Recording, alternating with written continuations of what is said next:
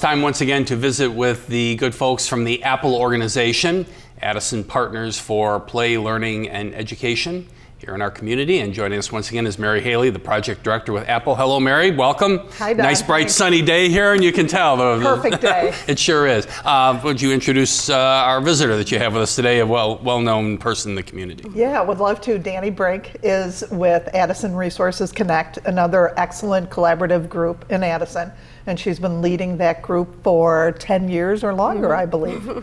Great. All right. Well, Danny, welcome, and Mary, of course, welcome. Thank you. Let's first talk about Addison Resources Connect, since it seems like it's had some longevity in the community. What is it, and what was its mission 10 or more years ago when it was first established in Addison? Sure, thank you. We'd love to share some information about that group. As Mary said, just another tremendous networking opportunity, really kind of embodies what Addison is all about with that Addison Advantage. We have a bunch of different business organizations, service organizations, intergovernmental agencies are part of this group. And really the goal is to bring those businesses and service organizations together to network, talk about what's going on in the community. And we also have the education piece to it. So District 88 kind of chairs that group, but certainly it's a collaborative effort, as Mary said. And we've been meeting since 2004, so quite a while. And through the years, we've changed the name of it, we've changed the focus and the mission of it. Really, our goal is to make sure that we are supporting the families and the youth in the community and making sure that they are aware of the tremendous opportunities and resources that are here right in their hometown. So talk about the mechanics of Addison Resources Connect. Do people bring ideas or topics to the group, all of those different constituencies in the community, or is it led by, for example, District 88? Do they say, this is our agenda, this is what we're going to deal with, and then it kind of fans out from there, or is it a combination of things? So a little bit of a combination. Back in 2016 was when we really said, we want to do more, we want to have a little bit more teeth to this group, we want to really have a bigger focus. So what we did was we created subcommittees. So we have our mentor program where adults in the community mentor our students. We have a marketing committee that's focused on the marketing efforts of the group to, again, make sure the community is aware of all the resources. And then we have an engagement committee that Mary really is a huge part of, that really talks about, again, what are the issues in the community, what's going well, what needs to be improved, and what can we do to help.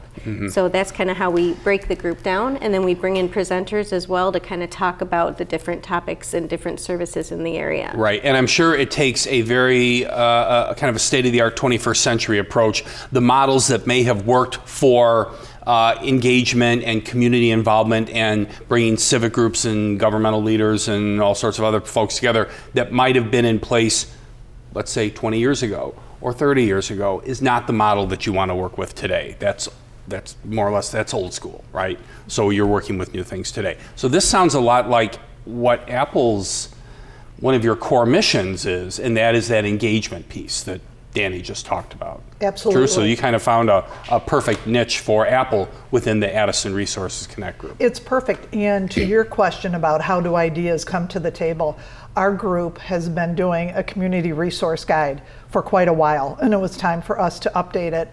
And through our meetings, we decided, instead of Apple doing its own resource guide that was focused on early childhood, that we would do a community-based resource guide. So we're working collaboratively with a community resource guide instead of each group doing duplicative kind of work. All right, let's talk about the Addison Community Resource Guide. And I think first and foremost, we have to talk about, this is an online resource, correct? Whose idea was it, first of all? You talked about we need to get a guide that's kind of all-encompassing.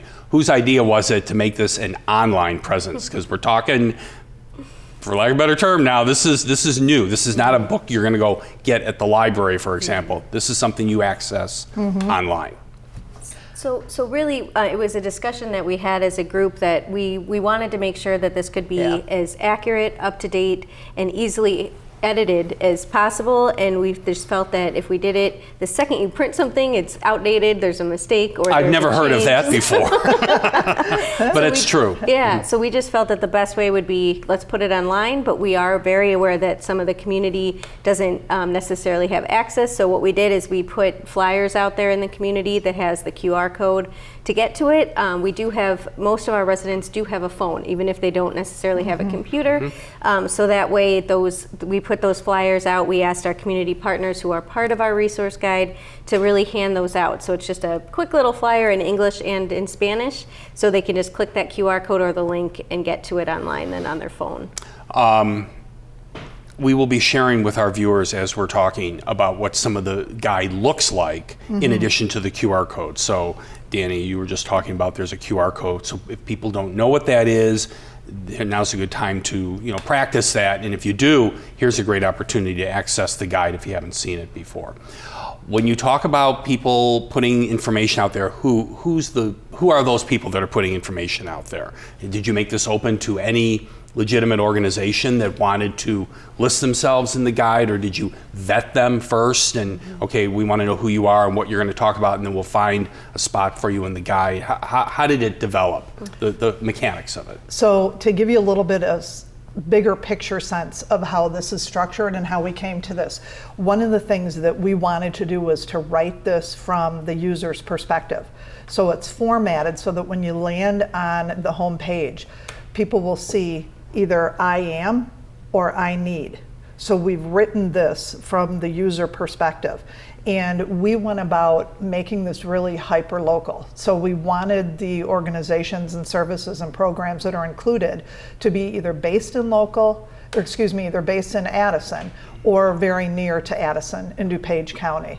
Then we came up with a list of, I would guess, about 200 to 250 organizations, and the members of Addison Resources Connect divvied those up and we vetted them. So we went through the process of creating criteria. We went through the process of looking at other websites and how they devised their criteria and created our own. And then we all spoke to each of the organizations that are a part of the resource guide, and we committed internally that a work group on an annual basis at the very least will update the guide. Okay. Does it link you to those agencies, Mary? Is that the how it works part of it? It does. Yeah. There are variety of categories, and Danny will talk a little bit in more detail about the categories, but it links to the name of an organization with like a sentence or two that kind of qualifies what it is. So for example, if a family was interested in learning about developmental screenings, there is information about Easter seals being a good starting point, or early intervention is for birth to 3-year-olds. So that kind of high-level information is included, along with some more just very practical details, and then a link to the website. Okay, Danny, why don't you take us through some of those categories? Sure. Mary already kind of gave a preview of a couple of examples, but it goes beyond that. I mean, this is we're not strictly talking about early childhood use here, which is often what our topic is. This is actually a very broad umbrella, a very large umbrella of community resources for anybody. It is. To access. And to add to what Mary said, to what makes this unique, we know there's a lot of community guides out there, so we really kind of took a few meetings to talk about what is going to make ours different. Why are we even taking the time to do this? What's going to make ours stand out and be unique? So like Mary said, the hyper-local, but I also just want to add their free or low-cost services was also a criteria. And then we wanted to, based on our community, we wanted it to be available in English and Spanish, so that was something we had as well. And then we went really into detail in terms of, do they offer services in multiple languages? What is their intake process? What are the requirements to be eligible to use their services? So really going kind of that extra step, so when people go there, they really have an idea of what this service and program involves. And then in terms of the list, to give a quick overview, because it's quite an extensive list, we have childcare and early education, as Mary mentioned, crisis line, so if you need help with mental health or physical health, that's on there as well, education, food, housing, immigration, job and employment, legal services, and more. So there's quite a few on there. And as Mary said, it's searchable by I am, so I am a senior citizen, I am a Spanish speaker, or I need employment help, or I need housing services. So you can search that way to make it easier for the user. And I'm going to assume then that by making it easy, by the person being able to tell you, hey, first of all, let's talk about me. I am or I need, right? It's not, I think it was mentioned earlier, the top-down heavy, bureaucratic, authoritative, if you don't fit into our little mold here, you're not going to find what you're looking for, and you're going to get frustrated and waste your time. This is going to be a, hello, who are you, first of all, person, and then from there, start to work down what you're looking for. That must make it, that has to be a complete 180 from what we've been used to seeing in years past with websites, particularly from governmental agencies and these kind of higher level groups where it's like, we're pushing out the information the way we think you want it. In reality, that is not the case. The person needs to find the way they want to get in there, and your portal has obviously demonstrated that. Absolutely, and the whole point of the group that's named Addison Resources Connect is to connect families and residents with all the resources that exist in Addison and DuPage County. And we know that there has been a disconnect. Some people find some resources by word of mouth, and that's great, but there is so much missed opportunities for families, and we're really trying to bridge that gap. And you've had to move, I think, as the community has changed over 20, 30, 40 or more years. We're talking about homes, both parents work. Parents work different shifts, different hours of the day. We've talked about this before. Childcare is an issue. Kids coming home after school to an empty home has always been a big deal. Senior citizens, seniors who don't have any connection to anyone in the community. They have no one to advocate for them. Disability, people who are dealing with issues of disability in their home or their family or themselves. Again, who do they talk to? Who do they connect with? And you've made that accessible to them. When we talk about something being online, a lot of folks say, wait a minute, what are you going to do about the senior citizens? I mean, they don't use computers. I don't necessarily ascribe to that, but because I think they do, they're just as computer savvy as anyone else. Was there a talk in your committee at the Addison Resources Connect about do we have a digital divide issue? Do we have an area that we're not looking at? What about people who can't access this information, and then what would they do? That's a great question, and we did consider that. We feel like the stereotype that senior citizens aren't tech savvy is kind of old in and of itself. So one of our partners is the newer senior living center in Addison, and we've also promoted this very heavily at the library. So I think a lot of people, and I'll sort of speak for myself now that I'm in that group, a lot of people, if we're not tech savvy, we are very inclined to go to a library for information and for access to resources. True. So the Addison Library really has been at the heart of getting this produced, and we wanted to very intentionally tie the library to this resource so that people know if they're struggling at all accessing what they're looking for, they can either call the library or go to the library or get in-person connection with the library to get some questions answered. Because this is nothing that you're going to be able to print out. I think that's an important this distinguishing thing that we're talking about here is you can't get a copy of this, right?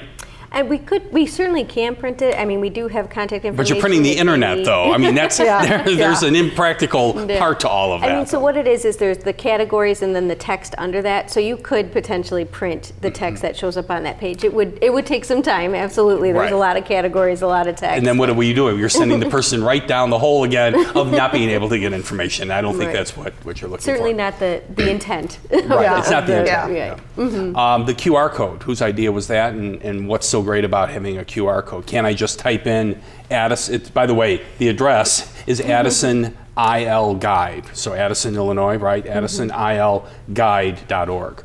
Okay, but can I just type that in? I mean, I can do this type of thing or type it on my keyboard, or is the QR code a more efficient way to do it?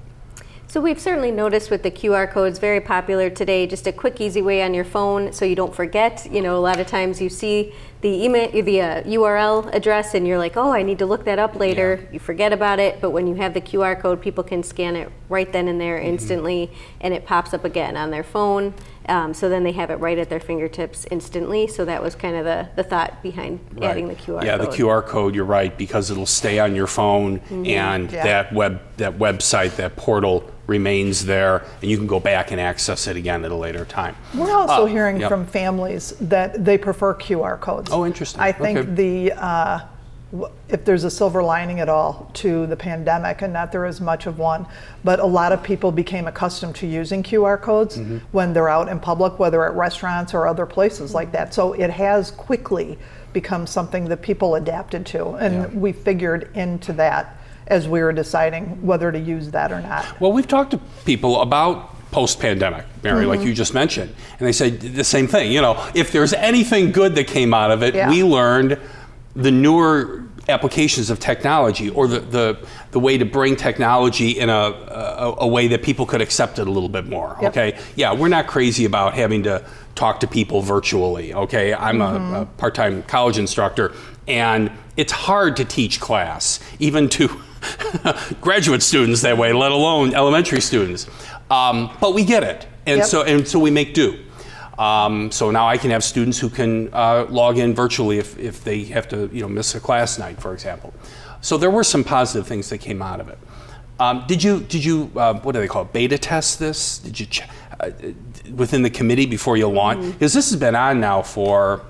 It hasn't been a year yet, has it? Almost a year. Almost a year. Yeah. So we're starting to do our rechecks. So interesting. All right, so talk about that. Did you when you first were ready to go with it before you put it online, how did you check everything? For sure. I mean, we definitely asked people to test it. We tested it ourselves, making sure all the links worked. We also sent the content to each group that was a part of it and said, here's what we're planning to post. Does this look accurate and correct? If any edits are needed, please let us know. And now we're almost at the year point where we're doing that all again. So. And that's important because it was mentioned earlier about when you print something, it's out of date shortly after it gets printed in many cases. You don't want to be putting something out online and all of a sudden you find out, oh, that organization, no, it changed. Oops, we didn't give, and now you're giving misinformation. So you don't want to do that. So you're going to do kind of a recheck, right? On an annual basis, annually, at least, because really the value of an online resource is as good as the information is accurate. So we're aware of that, and the group is committed to doing a recheck at least annually. Okay, yeah. I was thinking back on the QR code.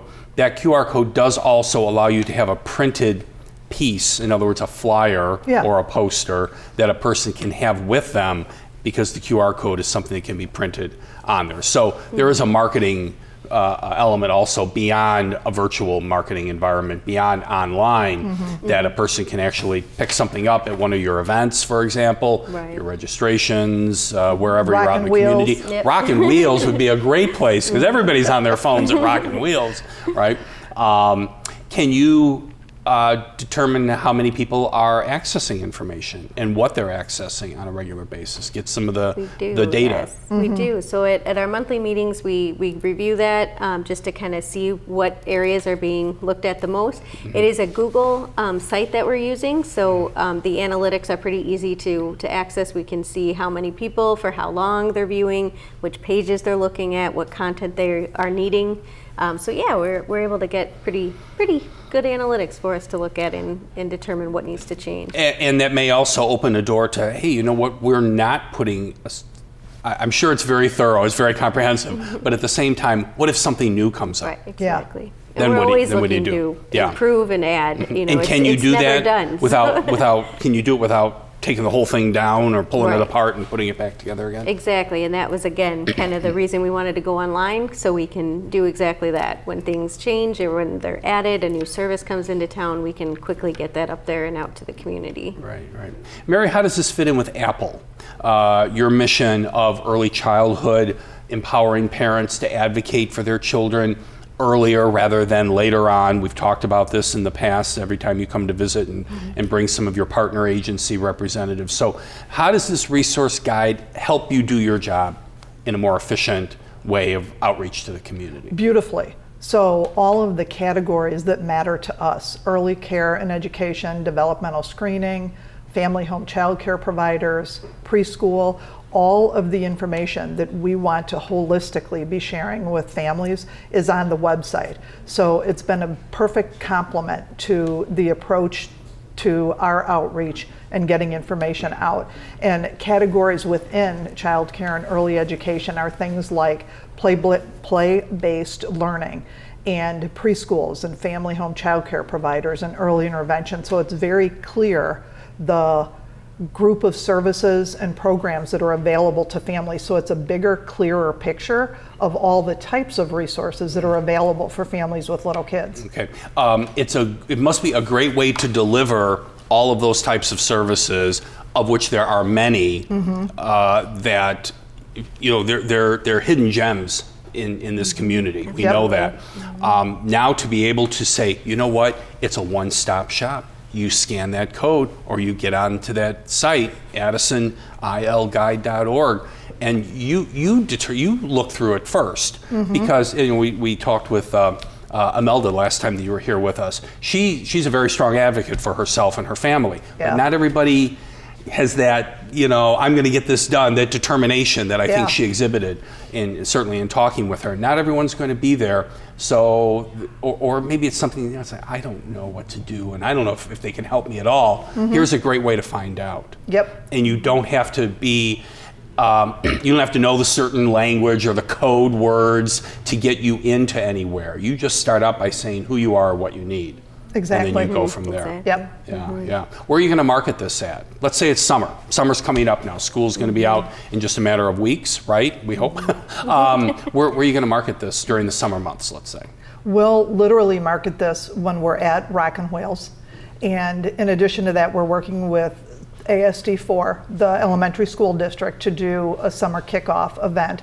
We'll market it there. Basically, any place that we are doing outreach, it's a standard piece of what we're marketing because it so beautifully accomplishes what we're trying to accomplish, and then some with all the rest of the resources. Okay. So literally everywhere we're out in the community. When Rosie Galvez is out at Jimenez or any of the other community-based locations, where she is, she markets it. When we're working with our family child care providers, we share the information with them, so they'll share it with parents.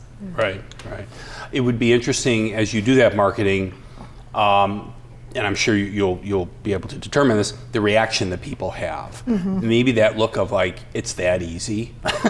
You know, I didn't know that this was available at all, let alone that I can do it from a device that I can hold in my hand or however they're going to access it, to be able to say, you mean I can get the information? I've been dealing with this, thinking about it, worrying about it, and it's all been right there. So you're going to probably see a lot of looks of gratitude and surprise, I imagine, when you first talk about it, certainly now that it's been available for almost a year. Yeah, that's our hope and expectation. Yeah. Yep. Yeah. So Danny, what's next for Addison Resources Connect? I mean, this was a Herculean task. Don't ask me to spell it, but it was. I mean, this had to have been years in the making, months, years. I couldn't even begin to guess. I've heard about the group. Susan English, who's our historical museum coordinator here at the Village of Addison, is represented there. So she kind of keeps me updated as what's going on. But what would be your next task, or do you want to just sit with this for a while and see how it takes hold after a year in the community? Yeah, so we have a couple capstones, and we're always looking to expand. Again, it's an ongoing conversation of what is going well in the community, what do we need to help with, so that is always evolving. So the projects kind of stem from there. So right now, again, we have our mentor program is another capstone of the group where adults in the community come and mentor students at our school. So they start with Addison District 4 and then follow the students to Addison Trail High School. So we'd love to have anybody who's interested in that join it. We also are always looking for more members because our ideas and our projects come from our membership. So if we have any businesses, service organizations in the area that's interested in joining, please reach out to us. We'd love to hear from them and have them join our group. And again, that's where our ideas come from, is really the networking and the conversations. That's how the mentor program was born. That's how this resource guide was born. It was just really all of us coming together saying, this is something we need. We notice there's a need in the community and we want to be the ones to kind of get that ball rolling and get it started. That's how the idea for applying for the Robert Wood Johnson Foundation Culture of Health Prize came about. One of the members recommended that we pursue that. Within the Addison Resources Connect group. Right. Yep. Yeah, and then Addison won that. Oh, it's been a couple of years ago now, right? One of only just a few communities nationwide Yes. to win that, so it's quite an honor. Yeah. Well, it's great information, a wonderful opportunity to get people connected with many, many resources. How many would you say altogether? Do you know what your count is within the guide itself? In terms of resources, we were estimating probably close to 200 is what our estimate is. Wow. Yeah, well, that's great. And to know that it's accessible, one opportunity, and if the person is having an issue with, I don't know how to access it, people are going to be there to help. So it should be a great summer. Now that you've had it up online for a year, you guys feel pretty confident about it, and you're certainly, walking the walk and so on about this. Mary, anything coming up with Apple now with the school year winding down and the ramp up to summer? Do you have any events or anything upcoming right now, or are you just you're planning to be out in the community? I don't want to undermine it, not at all. But beyond that, any specific events that folks need to know about right now? The summer kickoff celebration is going to take place on May 12th from 4:30 to 7:30, and we'll do a clothing pop-up again for that. And that includes a lot of information about services and programs for families during the summer, because so many families have asked, what can they be doing with their children during the summer when school is out? And as I said, that is something that we do with Addison School District 4. So they're taking the lead on that event. And then we'll also be working on, with the school district, on a kindergarten carnival later in the summer. So there will be more information about that. So we're in heavy planning mode right now for a couple of big events this summer. And then of course we'll be at Rockin' Wheels with you guys. You sure will. Where is the end of summer event, the first event that you talked about? Where is that located? That's going to take place at Indian Trail Junior High. Okay. Yep. And get online to get more information on that. Yes, and there will be flyers that will be around for that as well. All right. Well, we certainly do encourage our community to connect to the Addison Community Resource Guide. It is online and available now at addisonilguide.org. It's accessible, has in excess of 200 various services and a variety of opportunities where you can connect to just about anything. Very easy to use, very easy to operate, and residents who are looking for information or the opportunity to get help on just about any topic you could possibly think of, you'll find it right there at addisonilguide.org. Our guest today from DuPage High School District 88 is Danny Brink, their Community Relations Director, and with the Addison Resources Connect organization, and of course Mary Haley from Apple. Mary and Danny, thank you very much for the information, for joining us today. Thanks for letting us talk about this. This is a great opportunity. Thank you.